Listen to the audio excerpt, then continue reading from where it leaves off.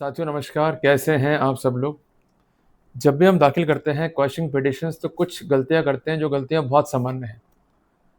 तो आज बात करूंगा उन कॉमन मिस्टेक्स की जो अक्सर हम करते हैं और हमें किन किन बातों का ध्यान रखना चाहिए if you are going to move the petition for question. और जोर मेरा है चिटिंग के मामलों के ऊपर, जोर मेरा है फॉर्जरी के मैटर्स के ऊपर और जोर मेरा है एंटी करप्शन के मैटर के ऊपर। डायरेक्टली हम लोग चलते हैं ऑन दी बोर्ड। देखिए, जब भी हम लोग जाते हैं क्वेश्चन के लिए तो इसके लिए दो सेक्शन इंपॉर्टेंट हैं। एक तो है सेक्शन 482 CRPC और दूसरा है 528 BNSS। क्वेश्चन बेसिकली हाईकोर्ट की इनहेरेंट पावर है। ये हाईकोर्ट एक्सरसाइज करता है to prevent the abuse of process. Abuse of process क्या है कि कोई भी प्रोसीडिंग जो अगेंस्ट लॉ है।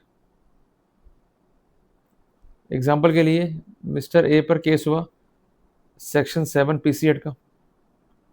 मिस्टर ए जो है एक प्राइवेट पर्सन है, there is no public servant on record. तो ऐसे सिनेरियो में उनके विरुद्ध कोई मुकदमा सेक्शन 7 में नहीं चल सकता है। कारण क्या है कि मुकदमा तभी चलेगा when he is a public servant. तो वहाँ प्रोसीडिंग्स क्या हो गई, अब्यूज ऑफ प्रोसेस। तो इस तरह की प्रोसीडिंग्स को हम चैलेंज कर सकते हैं क्वेश्चन के अंदर। क्लियर है। कई बार आपके मामले होते हैं चीटिंग के या फॉर्जरी के या एंटी करप्शन के, आप लोग करते हो जल्दबाजी क्वेश्चन में मूव करने के लिए। ये आपको नहीं करनी है। जब तक अब्यूज ऑफ प्रोसेस नहीं होगा तब तक आपको राहत नहीं मिलेगी। तो basically we may say that it is fundamental rule to move for question. ये आप जो है नोट डाउन कर लीजिए। अगर हम जा रहे हैं चीटिंग या फॉर्जरी के मैटर में तो वहाँ फंडामेंटल्स क्या है, हमें काम करना होगा डिसऑनेस्ट इंटेंशन पे। नंबर 2 हमारे स्पेसिफिक रोल पे। नंबर 3 जो फैक्ट्स हैं वो कितने कॉन्सिस्टेंट हैं और उनमें क्या कॉरोबोरेशन है। क्लियर है। और चौथी बात, सिविल डिस्प्यूट है पक्षकारों में जिसके तहत क्राइम जो है दर्ज किया गया है जो कि गलत है, अब्यूज ऑफ प्रोसेस है। इस पर जो है जोर देना होगा। और इस पर रिलीवेंट जजमेंट है ऑनरेबल सुप्रीम कोर्ट के, ये आप नोट डाउन कर सकते हैं। जजमेंट है सन 2000 वॉल्यूम 2 SCC पेज 636 और जजमेंट नंबर सेकंड है 2023 SCC ऑनलाइन पेज 90। इन दोनों ही केसेस में कहा गया है कि अगर सिविल डिस्प्यूट है तो वहाँ पर FIR दर्ज करना चीटिंग की ये प्रोसेस का अब्यूज़ है। तो I think that fundamentals are clear to us. तो जब भी आप मूव कर रहे हैं क्वेश्चन के लिए तो सबसे पहले आपको FIR की तरफ कोर्ट का ध्यान दिलाना है कि FIR में एलिगेशंस क्या हैं। इसके साथ साथ जो मेमोरेंडम या ज्ञापन दिया है अपने पुलिस को, उस पर पुलिस ने क्या जांच करी। तीसरी बात, जो चार्जशीट पेश हुई है उसमें आपका मेमो कंसिडर हुआ या नहीं हुआ। और एक बात ध्यान रखिएगा कि यूजुअली अपने को मूव करना होता है for question after filing of chargesheet. इसका फ़ायदा क्या मिलता है कि अगर आपका मेमो कंसिडर नहीं हुआ है and despite of that they have filed the chargesheet without any basis, तो वहाँ पर हम चॉकआउट कर सकते हैं case for the unfair investigation. इसके अलावा जो भी अबरमेंट्स फाइल पर हैं उसके अवलोकन में दिखाई दे रहा है कि सिर्फ पैसों का लेन देन है या कोई सिविल डिस्प्यूट है।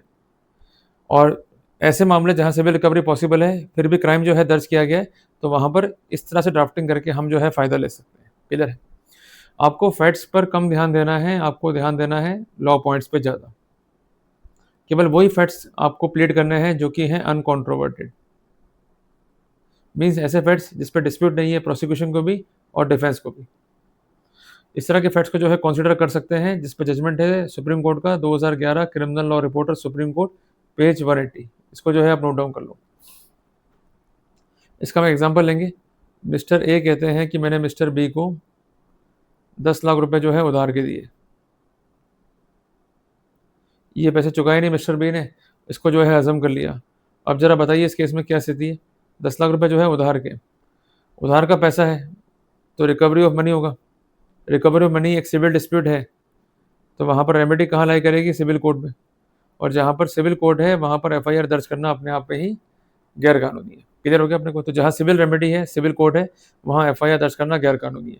तो इस तरह के मामले में आप प्लीड कर सकते हैं फैक्ट्स को कि साहब जो फैक्ट्स लिखे हैं मिस्टर ए ने ये अनकॉन्ट्रोवर्टेड है, हम भी सहमत है कि उधार के पैसे, पर उधार के पैसों को लेकर के सिविल डिस्प्यूट है उसके लिए कोर्ट सिविल कोर्ट है, ना कि क्रिमिनल कोर्ट। क्लियर हो गया अपने को?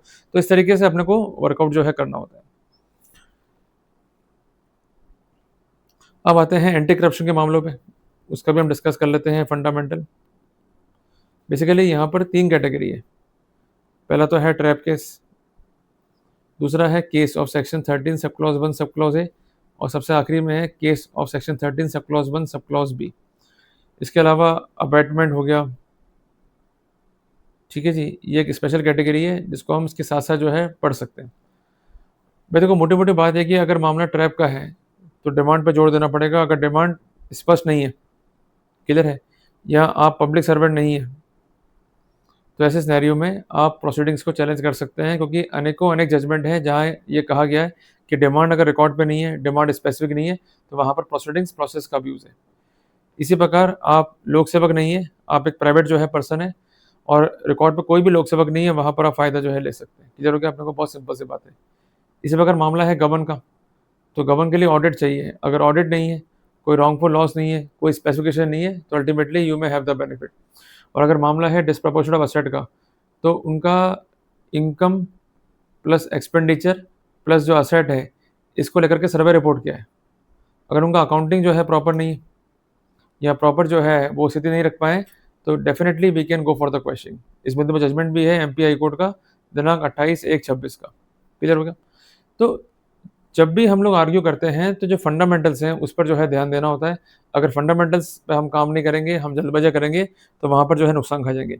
इसके अलावा एक महत्वपूर्ण जजमेंट भी है ऑनरेबल सुप्रीम कोर्ट का, जिसका नाम है प्रज्ञा प्रांजल कुलकर्णी बनाम स्टेट ऑफ महाराष्ट्र। ये आप नोट डाउन कर लो, जिसका डेट है 3/9/2025, जहाँ पर ये कहा गया है कि एफआईआर, चार्जशीट या डॉक्यूमेंट जिस पर रिलाई कर रहे हैं, उनकी कॉपीज आपको सप्लाई करनी पड़ेगी क्वेश्चन पिटिशन में। यदि आपने सप्लाई नहीं करी तो नुकसान जो है खाना पड़ेगा आपको। कई बार तर्क क्या होता है अक्यूज का कि सब्सिक्वेंट एफआईआर जो है दर्ज हुई है, already we are having the FIR on same cause of action, तो जो प्रीवियस एफआईआर है वो कहाँ पर है, उसका जो आउटकम है वो कहाँ पर है। सिर्फ अबरमेंट आप कर देंगे, डॉक्यूमेंट सपोर्ट में नहीं है रिकॉर्ड पे, तो पिटिशन जो है मेंटेनेबल नहीं होगी। क्लियर है? और यही व्यू स्पेसिफिक किया है ऑनरेबल इलाहाबाद हाईकोर्ट ने रिसेंटली। जजमेंट का डेट है 7 दिसंबर 2025। इसको जो है आप नोट डाउन कर लो। तो मेरा निवेदन आपसे ये है कि जब भी हम लोग मूव करेंगे क्वेश्चन के लिए, तो 7 कॉमन मिस्टेक्स कह लीजिए या 7 रूल्स कह लीजिए, इसको हमको जो है फॉलो करना है। सबसे पहली बात कि हमें पुलिस को जो है सौंपना है मेमोरेंडम एफआईआर के ऊपर। अगर पुलिस जो है जांच नहीं करती है और सिंपली चार्जशीट फाइल करती है on vague ground, we could chalk out a case for unfair investigation. ये मैं लिख रहा हूँ, इसको आप लिख लो। दूसरी बात, हमें उन्हीं फैक्ट्स पर काम करना है जो कि हैं अनकॉन्ट्रोवर्टेड। अगर कंट्रोवर्सी है तो क्वेश्चन लाए नहीं करेगी। तीसरी बात यह है कि आपको कोर्ट को स्पेसिफिक करना है कि जो प्रोसीडिंग्स हैं ये प्रोसेस का अब्यूज़ है and against law they are going to be continued, तो वहाँ पर आपको जो है जोड़ देना होगा। अगर आपका सिविल डिस्प्यूट है और एफआईआर जो है दर्ज की गई है, तो ऐसे सिनेरियो के अंदर आपको ये स्पेसिफिक करना होगा कि पक्षकारों में सिविल डिस्प्यूट जो है दिखाई दे रहा है। Everything should be apparent. अगर आपके फैक्ट जो है अनकॉन्ट्रोवर्टेड हैं तो इसे कोर्ट जो है कंसिडर कर सकता है। जजमेंट है सुप्रीम कोर्ट का 2011, रिपोर्टर सुप्रीम कोर्ट, पेज 180। ये आप जो है नोट डाउन कर लीजिए।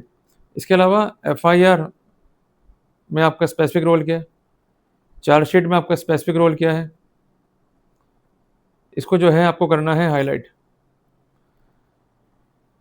आपको ये कोर्ट को बताना पड़ेगा भाई स्पेसिफिक रोल है प्रोसिक्यूशन के हिसाब से, पर जब हमने फाइल को पढ़ा तब हमें कोई रोल जो है दिखाई नहीं दिया। जहाँ एलिगेशन ओमनीबस है, वेग हैं, वहाँ पर हम क्वेश्चन का बेनिफिट जो है ले सकते हैं। जजमेंट इस बिंदु पे अनेकों ही ऑनरेबल सुप्रीम कोर्ट के, और महत्वपूर्ण जजमेंट है कैकशा बनाम स्टेट ऑफ बिहार का, इस पर आप जो है रिलाई कर सकते हैं। इसके अलावा कोई लीगल कंप्लाइंसेस हैं जो नहीं हुई है, इस पर आप जोर दे सकते हैं। उदाहरण के लिए कि मामला सिर्फ डिमांड का है और मामला एंटी करप्शन का है, तो वहाँ पर 17A पीसीएड का अप्रूवल चाहिए। अगर वो नहीं है तो वहाँ पर जजमेंट है ऑनरेबल राजस्थान हाईकोर्ट का दिनांक 8 अक्टूबर 2024 का, इस पर जो है आप रिलाई कर सकते हो।